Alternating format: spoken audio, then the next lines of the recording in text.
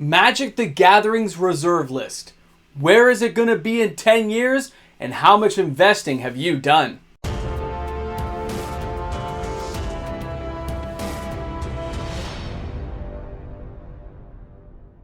So much reserve list conversation and never enough time. Welcome back, everyone. MTG Moxman here. I hope you're all having a great day today. If you're new to my channel, smash that subscribe button, turn your notification bell on, and you know you've helped me get closer to 10,000 subscribers.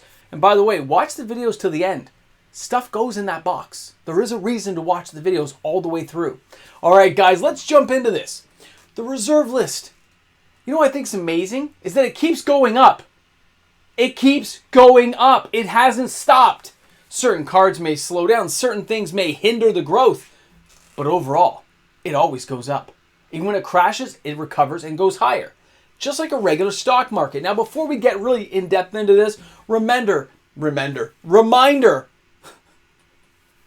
I'm not a financial advisor. Nothing in my background here says I know anything about finance. I don't even do it for real life. What I do know is I love Magic cards. I like collecting them. And yeah, I do spec on some of them. Take everything I say with a grain of salt. Stay within budget and be smart. All right, let's get on with this. Okay. So with all these amazing reserve list cards, and the fact that Wizards doesn't reprint them because that's kind of their promise when it comes to the reserve list, and overall, they have done a fairly good job keeping to their word. They've made sure they're having, they tried the premium. They tried the Judge promos, Yawgmoth's, Will Gay's Cradle, and we gave them a slap. We said, don't do that. And they stopped. They okay. I have other videos on that. You can watch it. But what's interesting is that they do keep going up. Even the lowest cards, when you look back, those cards have gone up. I look back at cards I bought in 2020, right before December of 2020. Some of these reserve list cards were like 80 cents. 20 cents. And now they're like $8, $10 each. Now, I wish I had bought more because I'd make a real profit. But even buying 4 or 5, you're like, wow, I like tripled my money. So even if a card was sold at a store and they gave me only half the value, I still like times X'd my money. It's amazing. Because the reserve list is the closest thing and the safest thing to truly investing in Magic cards that we have. People can spec on cards outside the reserve list. They can go, hey, those fetch lands, man, they're going up. Yes, and they do keep reprinting them. And Wizards wants that price to be fairly affordable, but still hold some value, so they do push it down with reprintings. Who feels bad for the people who paid $105 for Scalding Tarns when they're $40 now? People at Ultimate Masters, and those people paid $90 for Noble Hierarch, and now those cards are $15, $20. You see where I'm going? Those cards can't truly, they can be flipped quickly at the highs and lows of a market if you can kind of time it right.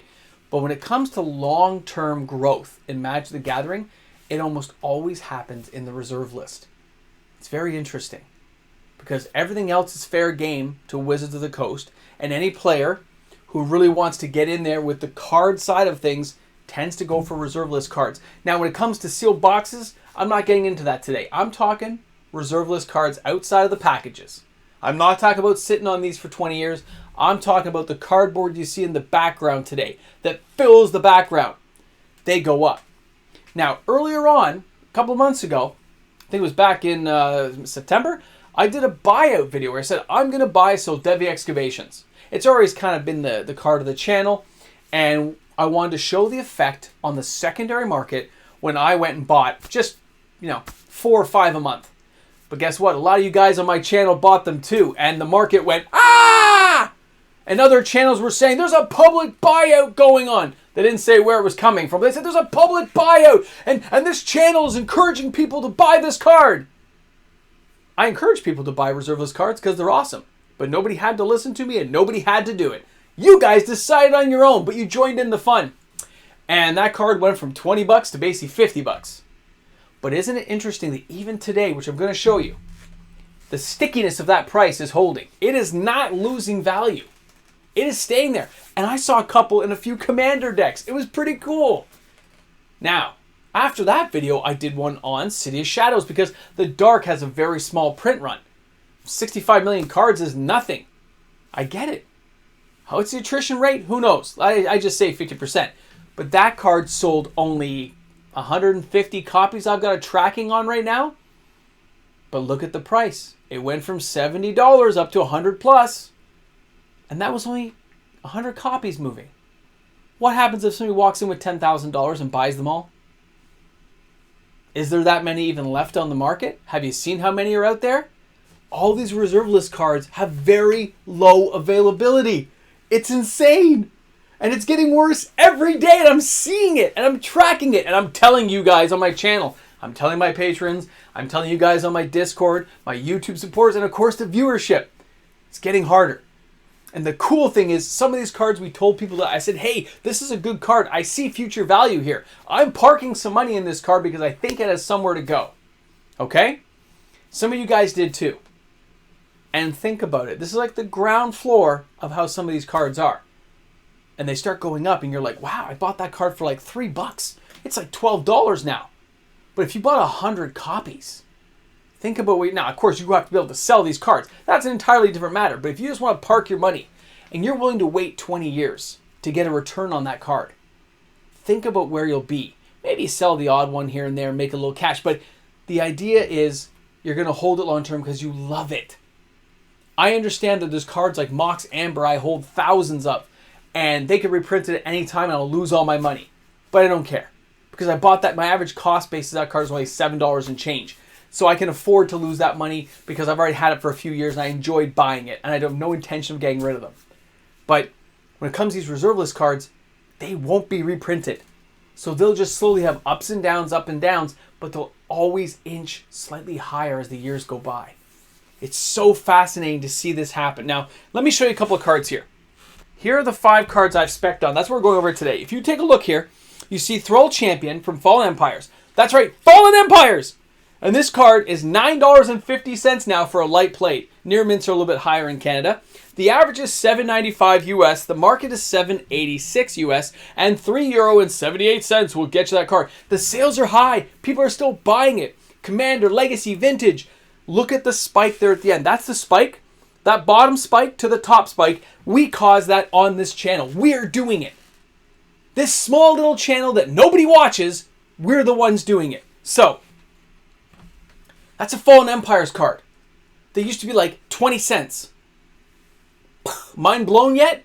Look where these things can go. And if they, heaven forbid, they ever reprint Team Thrall and they go tribal with it, because Thrall Champion is the ultimate Thrall, isn't he? He can take control of other Thralls. He gives himself his own +1/+1. His casting cost is high. But his ability is just a tapping effect. No mana tie-ups, nothing. It'll be insane. Remember that. You have to look for those odd cards, and that's what happens. If any of these cards hit it big and you got in at $2, $3 a piece, you'll have nothing to worry about. Crazy. Now, when we take a look at our next card, all right, this is Soldevi Excavations Alliances. This card is $50 Canadian, and it sells almost every day.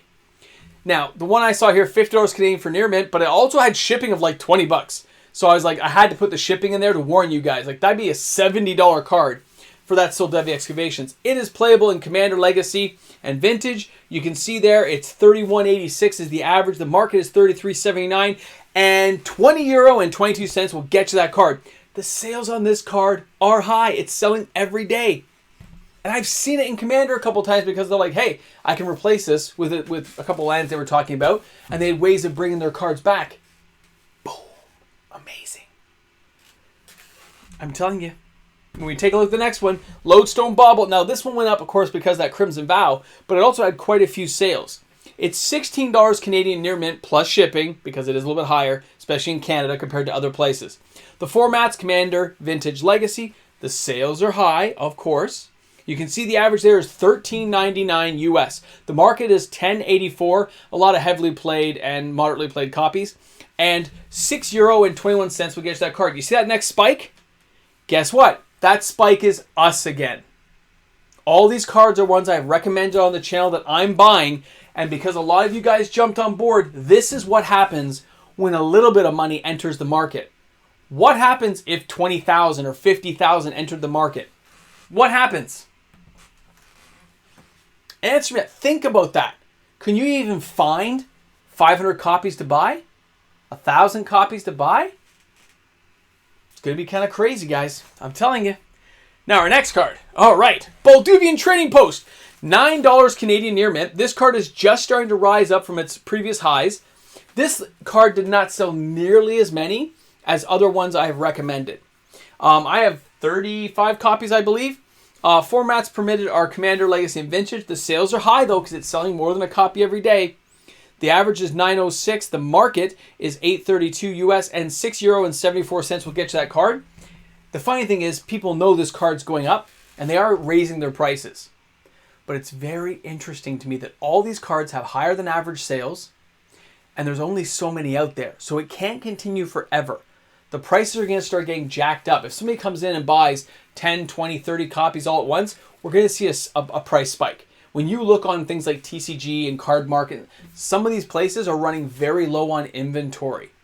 Soldevi Excavation's been at one page forever now of like 15, 20 copies. It does seem to get replenished, but it's just not as many as people think. Can you imagine if somebody walked in with like $1,000 and just cleaned it out? It'd be very amusing to see. All right. Although there's a couple of people who price their cards like $1,000 on TCG, I guess to make sure it doesn't go that far. But very interesting. Let's take a look at the last one, and that is going to be the City of Shadows from the Dark. $150 Canadian, lightly played. You can see the average is still 100, but the market is 125.03. The market is rising faster than the average. And €116.50 to get you that card. Remember, this one has a much lower print run than other cards we've talked about, but it also has a higher price tag. City of Shadows may have high sales in the sense it's selling at least a copy every day. Very interesting, though, because the inventory is getting low. And that is forcing the prices on the sales side to kind of be going higher. It does see Commander play as well. It can fit into any deck that has creatures, and you just sack the creatures to boost up your land. Reserve list investing is here to stay, as far as I can tell. I've parked quite a bit of money there over the last few years as I build my collection further into the future and for my patrons on this channel. I cannot wait to see what the next 4 or 5 years on YouTube will bring for me to watch and report to you guys of what's going on out there in the reserve list. Later this week, I'll have some normal reserve list videos to bring to you guys about some of the sales figures going on out there and some of the hot sellers. And of course, we'll have the Hot 10 on Sunday of the best-selling cards on the reserve list this week. Guys, I really hope you enjoyed the video today, because this stuff here shows me how a small dedicated group can move the market, but how, because everything gets reprinted, nothing feels great, the reserve list just feels so secure and safe, and you know the cards are always fun to be around. It's just something about it. Reserve list forever, man. Hold the line, guys. Looking forward to talking to you guys soon. Have a great one. Reserve list. Yeah. And of course, a big shout out to each and every one of my amazing patrons on the channel. Welcome to all my continued patrons, my new patrons, my YouTube supporters who've joined on. You guys are amazing. But a reminder, the Patreon locks on January 1st. No new patrons. Very interesting stuff, I'm telling you guys. As I start to clean this up, let me tell you. Got some great hate mail about people who are just not happy with my channel. They're not happy with what's going on. They have given me direction in which to go in. I find it fascinating because I've kind of learned to live with the fact that, not everyone's going to be the nicest out there, or not the way at least I think people should be nice to each other, but it's okay. Like, I get it. But what I find the most hilarious is if they don't like what I'm doing on the channel, why do they keep watching? If they just watch just so they complain, do they feel like they're just like a power troll sitting there in the background going, I am a troll, as I clean up all these amazing cards? I know. But I find that the most fascinating part, because it really doesn't affect me at all like it used to. Because those aren't the people that you can be constructive with. You try to be nice, they just say something nasty. You try to be nice again, saying, hey, okay, I'm not your cup of tea. Hopefully you find the right channel. They're still nasty. But I don't think what they realize is you can just mute them from the channel and they're never seen again. They just disappear. You'll never see another comment from them. They'll think they're commenting, but you'll just never see them. Because I'm not there to take that kind of stuff. It's very hilarious. And a few people send those nasty emails. But you know what? That's okay too.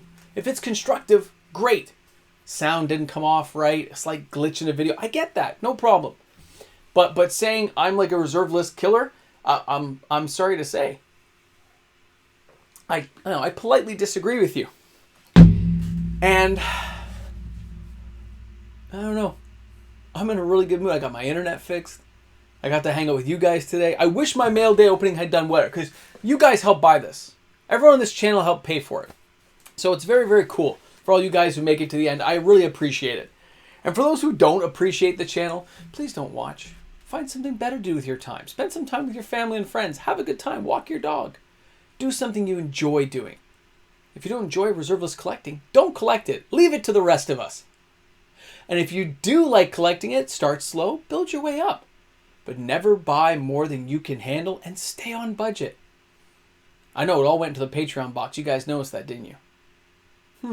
It's good to have a patron box. You know why? Well, we'll get to that at one point. Let's get to 10K first, and we'll talk about that. Guys, you're awesome. As always, I appreciate this time with you guys. And reserveless is awesome. Have you seen those prices? Oh, I couldn't help smiling when you think about how things have been affected. People just don't get it.